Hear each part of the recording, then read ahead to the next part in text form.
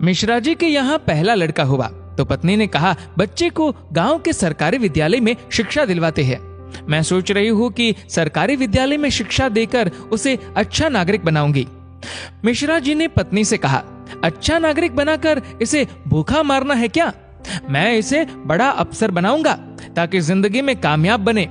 मिश्रा जी सरकारी बैंक में मैनेजर के पद पर थे। पत्नी धार्मिक थी और इच्छा थी कि बेटा संस्कारी बने, लेकिन मिश्रा जी नहीं माने। दूसरा लड़का हुआ, पत्नी ने जिद की, मिश्रा जी इस बार भी ना माने।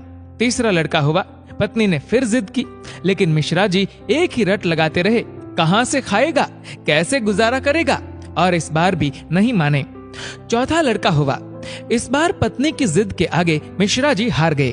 अंततः उन्होंने उसे सरकारी विद्यालय में शिक्षा दीक्षा दिलवाने के लिए भेज ही दिया। अब धीरे धीरे समय का चक्र घुमा। अब वो दिन आ गया जब बच्चे अपने पैरों पे मजबूती से खड़े हो गए। पहले तीनों लड़कों ने मेहनत करके सरकारी नौकरियां हासिल कर ली। पहला डॉक्टर, दूसरा बैंक मैनेजर, तीसरा एक गवर्नमेंट कंपनी में ऑफिसर के पद पर जॉब करने लगा। एक दिन की बात है, मिश्रा जी पत्नी से बोले, अरे भाग्यवान, देखा मेरे तीनों होनहार बेटे सरकारी पदों पे लग गए ना, अच्छी कमाई भी कर रहे हैं। तीनों की जिंदगी तो अब सेट हो गई, कोई चिंता नहीं रहेगी अब इन तीनों को। लेकिन अफसोस, मेरा सबसे छोटा बेटा संस्कारी बनकर पास ही के विद्यालय में नौकरी कर गांव में ही खेती को संभाल रहा है। जितना वह 6 महीने में कमाएगा उतना मेरा एक अफसर बेटा 1 महीने में कमा लेगा। अरे भाग्यवान, तुमने अपनी मर्जी करवाकर बड़ी गलती की। तुम्हें भी आज इस पर पश्चाताप होता होगा, मुझे मालूम है, लेकिन तुम बोलती नहीं हो। पत्नी ने कहा, हम में से कोई एक गलत है और इस बात का दूध पानी का पानी हो जाना चाहिए। चलो अब हम परीक्षा ले लेते हैं चारों की, कौन गलत है कौन सही पता चल जाएगा। दूसरे दिन शाम के वक्त पत्नी बाल बिखरा अपनी साड़ी का पल्लू फाड़कर और चेहरे पर 1-2 नाखून के निशान मारकर आंगन में बैठ गई और पतिदेव को अंदर कमरे में छिपा दिया। बड़ा बेटा आया, पूछा, मम्मी क्या हुआ? जवाब दिया, तुम्हारे पापा ने मारा है। पहला बेटा बोला, बुढ़ा सठिया गया है क्या? कहाँ है, बुलाओ। मम्मी ने कहा, वो घर पर नहीं है, बाहर गए हैं। पहला बेटा बोला, आए तो मुझे बुला लेना, मैं कमरे में हूँ, मेरा खाना निकाल दो, मुझे भूख लगी है। ये कहकर कमरे में चला गया। दूसरा बेटा आया, पूछा तो मम्मी ने वही जवाब दिया। दूसरा बेटा बोला, क्या पगला गए हैं इस बुढ़ापे में? उनसे कहना चुपचाप अपनी बची कुची जिंदगी गुजार ले। आए तो मुझे बुला लेना और मैं खाना खाकर आया हूँ, सोना है मुझे। अगर आए तो मुझे अभी मत जगाना, सुबह खबर लेता हूँ उनकी। ये कहकर वो भी अपने कमरे में चला गया। तीसरा बेटा आया, वजह पता चलते ही वो तो आग बबूला हो गया। इस बुढ़ापे में अपनी औलादों के हाथ से जूते खाने वाले काम कर रहे हैं। इस बेटे ने तो मर्यादा की सारी हदें पार कर दी। ये कहकर अपने कमरे में चला गया।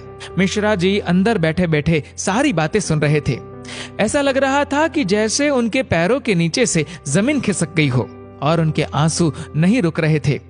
किस तरह इन बच्चों के लिए दिन रात मेहनत करके इन्हें पाला पोसा, बड़ा आदमी बनाया, जिनकी तमाम गलतियों को मैंने नजरअंदाज करके आगे बढ़ाया, और ये ऐसा बर्ताव अब तो बर्दाश्त ही नहीं हो रहा। इतने में चौथा बेटा घर में ओम ओम ओम करते हुए अंदर आया। माँ को इस हाल में देखा तो भागते हुए आया। पूछा तो माँ ने अब गंदे गंदे शब्दों में अपने पति को बुरा भला कहा। तो चौथे बेटे ने माँ का हाथ पकड़कर समझाया कि माँ, आप पिताश्री की अर्धांगिनी हो, वो आपके बिना अधूरे है। अगर पिताजी ने आपको कुछ कह दिया तो क्या हुआ? मैंने पिताजी को आज तक आपसे बदतमीजी से बात करते हुए नहीं देखा। वो आपसे हमेशा प्रेम से बातें करते हैं। जिन्होंने इतनी सारी खुशियां दी, आज नाराजगी से पेश आए तो क्या हुआ?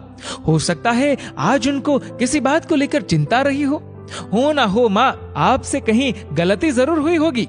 पिताजी आपका कितना ख्याल रखते हैं, याद है ना आपको? 6 साल पहले जब आपका स्वास्थ्य ठीक नहीं था तो पिताजी ने कितने दिनों तक आपकी सेवा की थी। वही भोजन बनाते थे, घर का सारा काम करते थे, कपड़े धोते थे। तब आपने फोन करके मुझे सूचना दी थी कि मैं संसार की सबसे भाग्यशाली औरत हूँ। तुम्हारे पिताजी मेरा बहुत ख्याल रखते हैं। इतना सुनते ही माँ बेटे को गले लगाकर फफक फफक कर रोने लगी। मिश्रा जी आंखों में आंसू लिए सामने खड़े थे। अब बताइए, क्या कहेंगे आप मेरे फैसले पर? पत्नी ने मिश्रा जी से पूछा।